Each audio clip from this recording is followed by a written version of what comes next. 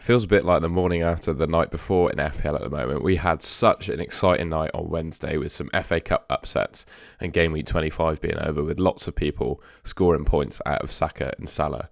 Stick with me and I'll take you through everything you need to know about the fixtures, wildcard and team selection for game week 26.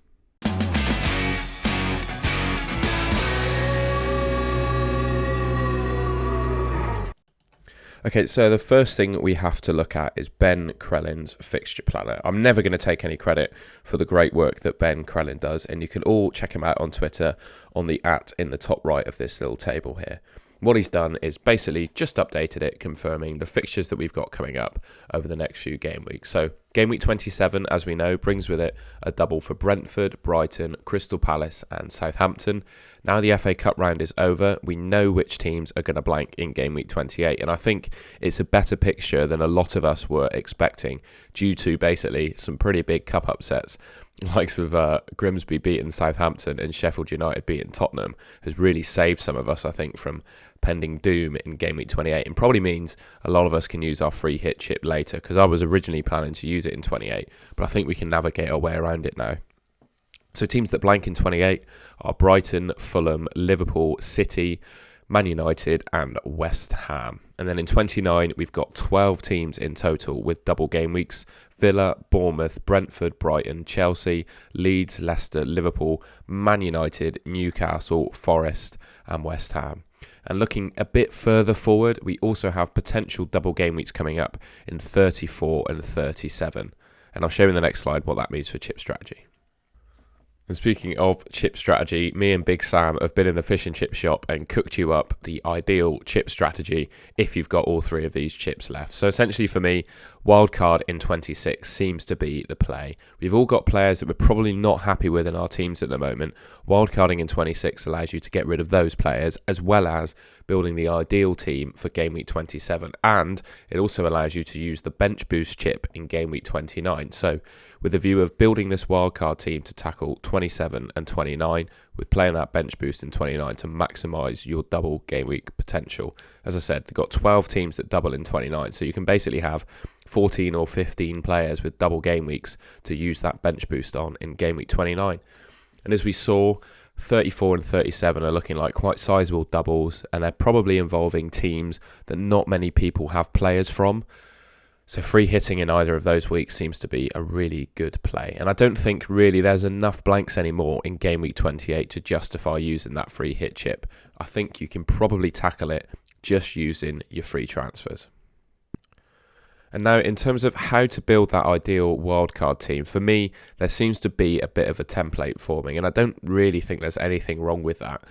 The template is there because I think it's the most optimal team you can build at the moment. I don't really like using the word optimal, but I don't really think you can escape it in this scenario. So basically, you want to build your team, in my opinion, with 3 Brighton players, 3 Brentford players, 3 Arsenal players, a couple of Newcastle. You want Rashford, you can have Ollie Watkins or Harry Kane, Haaland and Ward from Leicester. This gives you the best 6 players, in my opinion, for double game week 27. We mentioned before that Palace and Southampton also have a double, but I just don't fancy them as much as Brighton and Brentford. I don't think their fixtures are as good, and I don't think the actual teams are as good either. I don't think Southampton and Palace are anywhere near as good as Brighton and Brentford this season. It also gives you 10 players that actually play in blank game week 28 as well. Given that you're going to bench your 3 Brighton assets and Rashford is not going to feature, the rest of your players should be playing in that game week. Gives you also up to 14 players to bench boost that have a double in game week 29. For me, the only one you probably want to include in that is Haaland, and you could go with 13 and maybe keep Saka from Arsenal as well, because they only have a single. So yeah, it just depends how you want to use your transfers and really how many doublers you want to bring in 29. I think this is what I'm going to do with this video. I'm going to show you what I'm going to do, but I don't really think there's a best way to play it in terms of the actual assets and transfer plans that you pick. I think there's arguments for a lot of them. You've got 3 Brighton assets to choose from and 3 Brentford assets to choose from. There's arguments for different ones. So I'm just going to give you the information that I think will help you build it, and then it's up to you the exact players that you pick.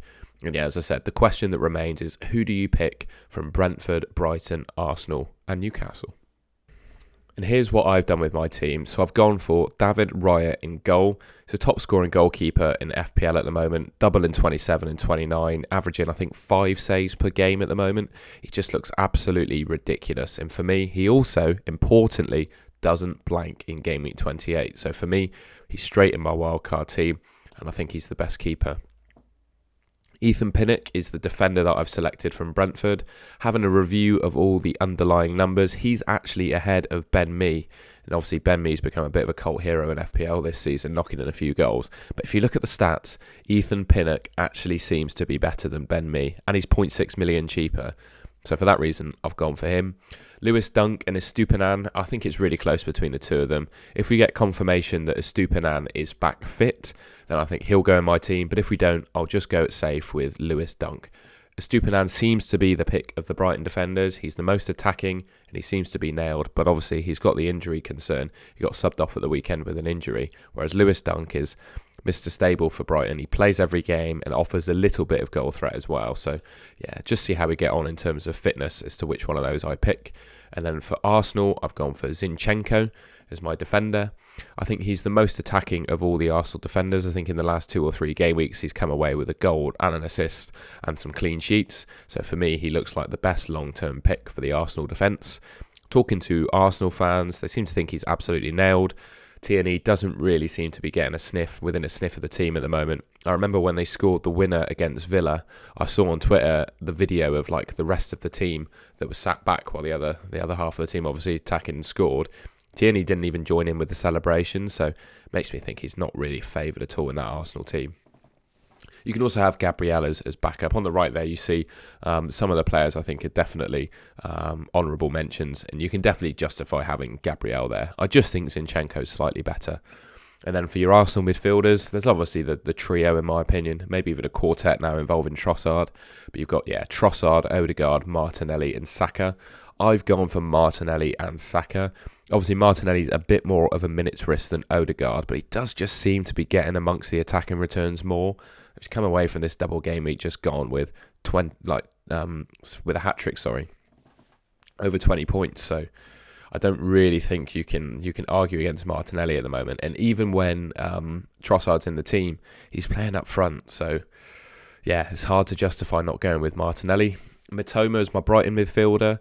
Again, I was mentioning it on a video earlier in the week. I actually think Solly March is a better option than Mitoma, but it's just unfortunate that Solly March has got a bit of a niggle at the moment. I'm going to go for him, expecting that injury to go away in a couple of weeks when we actually need to pick him for game week 27, for example. But I think Solly March is a better option than Mitoma, but because he's yellow flagged, I'm starting Mitoma this week. I don't think Saka and Rashford need any introduction. 2 of the best midfielders in FPL this season.